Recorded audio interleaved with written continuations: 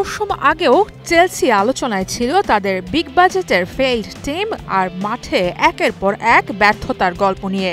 এরপরই Leicester city থেকে Enzo মারেস্কাকে দলে নিয়ে আসে ইংলিশ এই ক্লাব। কোচের এই পরিবর্তনটা যেন বড্ড দরকার ছিল ব্লুদের। পুরো মৌসুম জুড়ে মাঠে দুর্দান্ত পারফরম্যান্স করে এনজো মারেস্কার চেলসি এখন বিশ্বসেরা।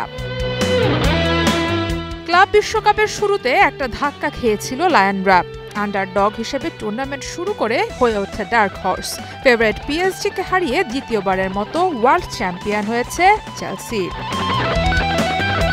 চেলসির এমন উত্থানের গল্পের রূপকার হিসেবে কৃতিত্বটা এনজো মারেস্কাকে দিতেই হয়। ফুটবলের মাঝে জীবন পাড়ি দিলেও সময় পেলেই দাবায় বুঁদ হয়ে থাকেন এই ইতালিয়ান মাস্টারমাইন্ড।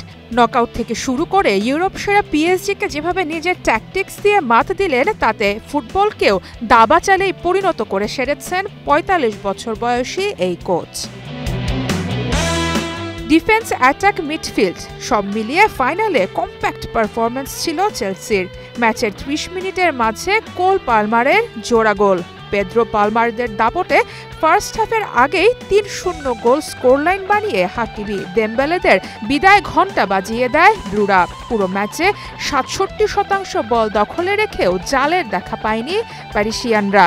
লুই এনরিকে তারপরও খুশি নিজের ছেলেদের পারফরম্যান্সে। পিএসজিকে হারিয়ে ইংল্যান্ডের প্রথম কোনো ক্লাব হিসেবে একাধিক ক্লাব বিশ্বকাপ জয়ের রেকর্ড গড়েছে চেলসি। আর সব মিলিয়ে চেলসি পঞ্চম কোনো ক্লাব যাদের কাছে একের বেশি এই ট্রফি রয়েছে। এর আগে ২০২১ সালে প্রথম এই টুর্নামেন্টের চ্যাম্পিয়ন হয়েছিল ব্লুরা। আগের ২ মৌসুমের ব্যর্থতার গল্পে ইতি টেনে এই মৌসুমে চেলসিকে ২টা শিরোপা এনে দিলেন মারেস্কা। সেই সাথে রেকর্ড পরিমাণ অর্থ পুরস্কারও পেয়েছে এই ক্লাব। ক্লাব বিশ্বকাপের জন্য সব মিলিয়ে $১ বিলিয়ন প্রাইজ মানি ঘোষণা করে ফিফা, যেখানে চ্যাম্পিয়ন হয়ে চেলসি পেয়েছে $১১,৩০,০০,০০০। বাংলাদেশের টাকার অঙ্কে যেটা প্রায় ১,৩৩৭ কোটি টাকা। অথচ সবশেষ ফিফা ওয়ার্ল্ড কাপ জিতে আর্জেন্টিনা পেয়েছিল এর অর্ধেক। সারা মাহবুব, স্টার নিউজ।